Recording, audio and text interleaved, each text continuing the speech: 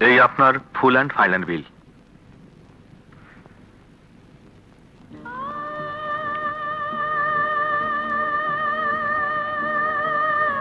Engineer সাহেব, এই টাকার জন্য আমি আপনার অফিসের সামনে গুলি খাইছি, সন্ত্রাস করছি।